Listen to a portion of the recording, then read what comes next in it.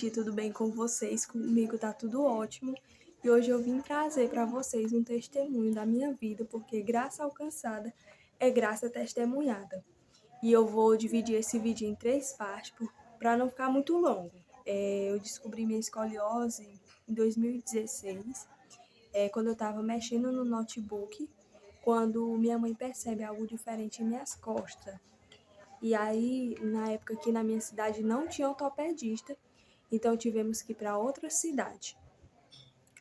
E nessa cidade vizinha, o médico pediu para fazer um raio-x e nessa consulta, mas logo de início ele já disse logo, olha, você tem escoliose. E eu, por início, eu não sabia o que era escoliose, não sabia o que era, né? E ele falou que eu estava com 40 graus. E o caso já era quase cirúrgico, mas mesmo assim ele passou o colete. E ele falou que não era especialista naquela área e ia me colocar para outro médico. Na época eu estava estudando e tal e tal. E eu tinha que usar um colete urgentemente. Ele colocou a lista de médicos em que eu deveria ir. No caso, eu tinha que ir para outro médico em outra cidade. Depois já de muito tempo me chamaram. Logo de início ele disse logo assim, olha, vai ter que ser cirurgia. E minha mãe logo de início não queria a cirurgia, e ela não tem como passar o colete. E ele disse, quem sabe aqui é eu. Então, tudo bem, gente, eu vou explicar aqui para vocês. A escoliose é uma deformidade que dá na coluna, principalmente na fase do estirão, né? E o médico falou que eu tive essa escoliose quando eu tinha 8 anos, só que nessa época eu não descobri.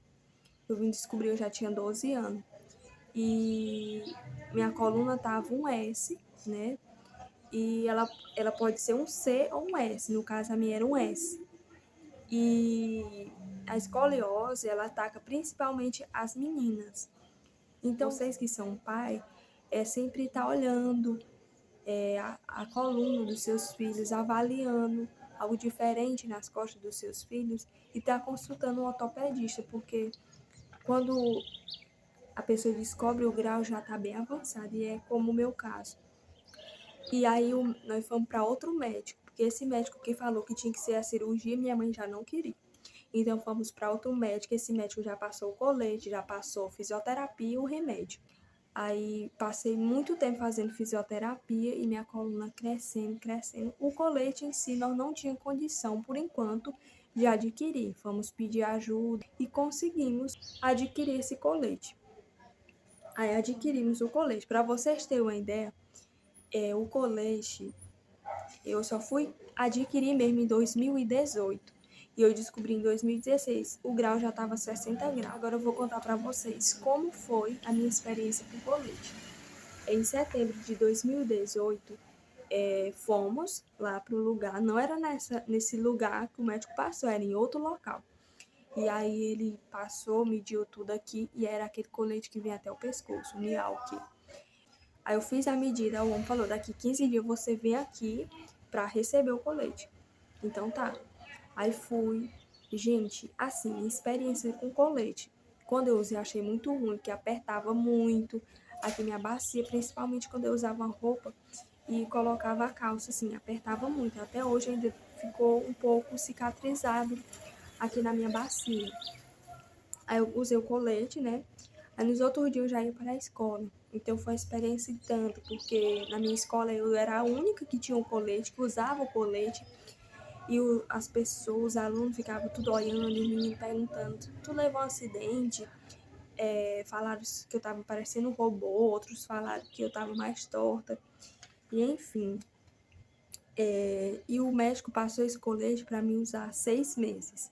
6 meses e eu usava 23 horas por dia, só tirava para banhar, então para trocar de roupa, né? E eu tinha que ir quando tava com 3 meses o colete. Gente, no começo o colete já começou soltando os parafusos, já tava todo desmantelando. Aí foi que meu pai mandou soldar e aí ficou bem. Gente, eu vou trazer bem aquele para vocês verem. Então, gente, trouxe aqui o colete, era esse. Aqui colocava o pescoço, ele já tá bem velhinho, né? E aqui, ó, tudo. aqui atrás, e aqui era a parte que abria aqui, ó. Abria assim, aí coisava aqui e a pessoa entrava, tá? Eu vou abrir bem aqui pra vocês verem. Aí, gente, abria aqui e a pessoa entrava aqui e usava o colete aqui. E eu usei esse colete muito tempo. Usei ele, fiquei usando ele 6 meses. Eu usei em 2018, tirei em 2019, em abril de 2019. Quando eu tirei, ainda passei alguns dias usando o colete, porque eu já estava acostumado com ele para dormir. Principalmente, eu me acostumei muito com ele, muito rápido. E por isso que eu fiquei usando. E aí eu passei muito tempo me tratando com esse ortopedista, muito tempo mesmo. Quando eu tirei o meu colete, aí, ó, você agora vai ter que ir para outro ortopedista, que no caso é um cirurgião especialista naquele caso. Então, tudo bem, quando nós fomos nesse ortopedista, já era mais ou menos no final de 2019 para 2020. Gente, lembrando que essas consultas eram muito demoradas para chamar, demorava uns 3 meses, 4 meses. E aí fomos nesse ortopedista e ele falou logo, olha, cirurgia, cirurgia. E se não operar, vai morrer de falta de ar. E sempre, sempre meu desejo era operar. Sempre, sempre eu queria, né? Para quem não sabe, a escoliose ela tem vários tratamentos. E o cirúrgico é o último caso. O caso do colete, da fisioterapia, né? Só que no meu caso não ia adiantar esses outros. Somente a cirurgia. E aí teve essa consulta, tive uma consulta antes da pandemia. Aí começou a pandemia. Em 2020 começou a pandemia, que nós ficava em casa, todo mundo ficava em casa. E aqueles pensamentos iam encaixando na minha cabeça, né? Eu queria me operar e não tinha como. Eu entrei em desespero, fiquei com muita ansiedade. Eu já tinha ansiedade, só que a ansiedade piorou mais. E aí foi um tempo que eu me perguntava, todo mundo é normal e eu não sou. Porque a gente tem uma doença, principalmente física, a pessoa se questiona muito, a gente sente vergonha do próprio corpo, não se aceita. Então, todas as pessoas que passam por a escoliose, de alguma forma, elas sentem esse preconceito com si mesmo, né? O que as pessoas vão pensar dela. Aí, gente, o colete não resolveu. O colete não resolveu. Realmente, ele passou a fisioterapia, mesmo não resolvendo. E aí, gente, em 2017, eu estava muito afastado de Deus. Sempre eu fui da igreja.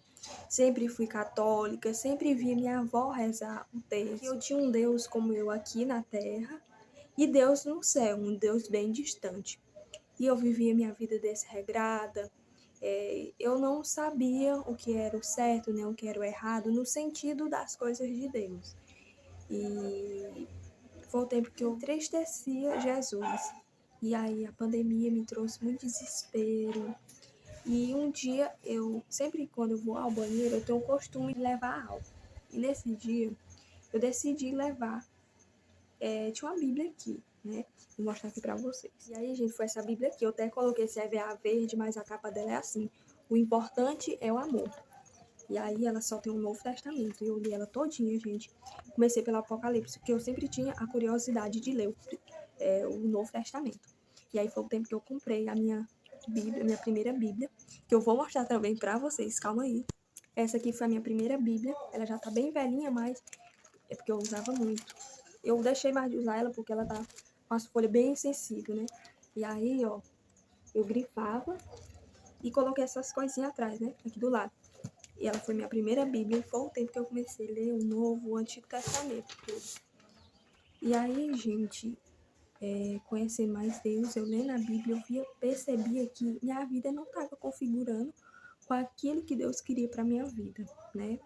E aí foi o tempo que eu fui entendendo o porquê daquela doença, o porquê de tudo que estava acontecendo comigo, mas ainda não estava entendendo. E naquele tempo da pandemia, ninguém podia ir para a missa, mas eu fiquei com a vontade de ir para a missa. Aí eu conheci um coroinha de lá, que ele participava muito da igreja, e eu sempre conversando com ele e tal, eu vi ele postar um vídeo de um filme de Santa Terezinha. Eu não conhecia a história de Santa Terezinha, a padroeira daqui, mas eu não sabia a história dela. Eu assisti esse filme, eu amei e me apaixonei por a história de Santa Terezinha. Tinha um livro do Pequeno Príncipe E aí ele falou, ó, você leva. Aí dia 25 de outubro de 2020 eu decidi ir pra missa. Nesse dia eu fui com tanta coragem e fui sozinha pra missa. No tempo tava ainda na pandemia. E aí eu vi ele sempre postando, esse mesmo menino. Eu fui pra missa assistir a missa, né? Nesse mesmo dia eu fui pra missa. E ele já falou logo, ó, qualquer dia nós vamos marcar um dia pra rezar um texto junto. E aí, tá bom. Eu sempre via também ele postar muito nos status dele um link. E eu, por curiosidade, fui lá e abri. Quando eu abri, era um canal religioso que nada mais nada menos é o Instituto Hesed, que foi meu alicerce também na minha conversão diária. O Instituto Hesed ensinou muitas coisas que antes eu não sabia, coisas tipo, eu sendo católica, eu não estava sabendo de nada e fui renunciando muitas coisas.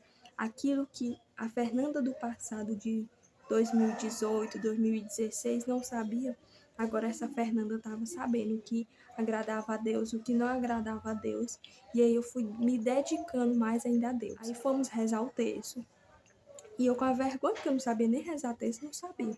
Mas eu criei vergonha, pesquisei no YouTube e eu comprei um caderno. Comprei não, já era um caderno da minha escola, né? Eu tirei todas as folhas e deixei só folhas limpas. Vou mostrar aqui também pra você. Aí ele falou assim, olha, Fernanda, eu vou criar um grupo de jovens. E você quer participar? Vai ter o texto da misericórdia. Também eu já tinha começado a rezar o texto da misericórdia.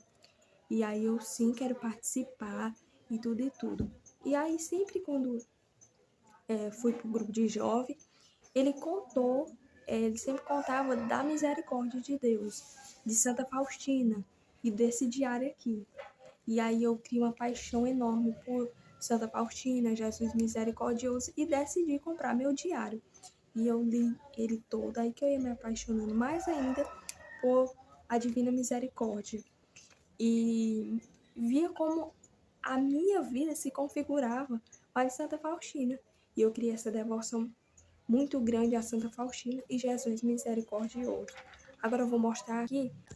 Olha, gente, foi esse caderno aqui da Ajude, né? Eu coloquei todas as orações, ó, minhas anotações. E coloquei o dia que eu comecei a ler o Diário de Santa Faustina, o dia que eu comecei a rezar o texto foi dia 17/12/2020. E aqui botei os mistérios gozosos, os mistérios dolorosos. Aí eu até desenhei aqui, ó, como rezava o texto. Aí eu botei o creio, o Pai Nosso, a Ave Maria, todas as orações do texto, né? E aí eu fui colocando todas as orações, porque eu estava dedicada muito a Deus. Coloquei aqui a oração a São Miguel, por causa do Instituto Hesed, e fui colocando. Eu até desenhei aqui, ó, mistérios gozosos, aí, ó, desenhei tudo, tudo, tudo, e coloquei os 10 mandamentos. Gente, é um caderno completo que eu fiz, sabe, assim, muito dedicado a Deus. Coloquei aqui, ó, do Texto da Misericórdia, também eu desenhei.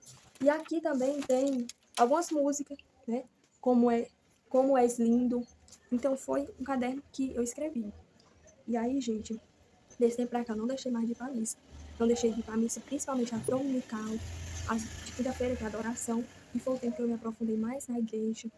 Do grupo de jovens me ajudou também muito. E em 2021, eu me consagrei a Nossa Senhora das Graças, dia 27/11/2021, me consagrei a Nossa Senhora por um método de São Luís Maria de Crillon de Montfort. E eu li meu tratado, né? E conhecendo mais a Deus e a Santa Faustina. Antes que eu não tinha o hábito de rezar, comecei a rezar o texto, né? Eu comecei até no início a ter um pouco de vergonha em rezar o texto.